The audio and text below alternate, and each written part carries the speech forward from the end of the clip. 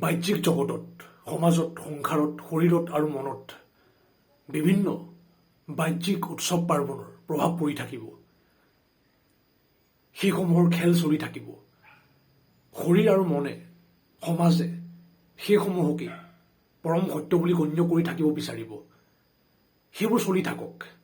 আমি পাহৰি গ'লে নহ'ব যে আমি প্ৰকৃত অৰ্থত সেইসমূহৰ এবিধো নহয়। আমি প্ৰকৃত অৰ্থত সেইসমূহৰ পাৰৰ সাক্ষী হয়। এক সূক্ষ্ম সজাগতা হয়। সেইবিধেই আমাৰ প্ৰকৃত পৰিচয় হয়। সেই পৰিচয়ৰ সৈতে এক হৈ, কেন্দ্ৰিত হৈ, আমি সেই আটাইবোৰ শাৰীৰিক, মনোবৈজ্ঞানিক, সাংসাৰিক খেল চাই যাব লাগিব। সেইসমূহক মিথ্যা বুলি জানি, সেইসমূহ পৰম সত্য নহয় বুলি জানি। চলি থাকক সেইসমূহৰ ক্ষেত্ৰত বিভিন্ন উৎসৱ পাৰ্বণৰ খেল। সেইসমূহৰ সৈতে সংকীৰ্ণতাৰে লাগি ধৰিলে নহ'ব।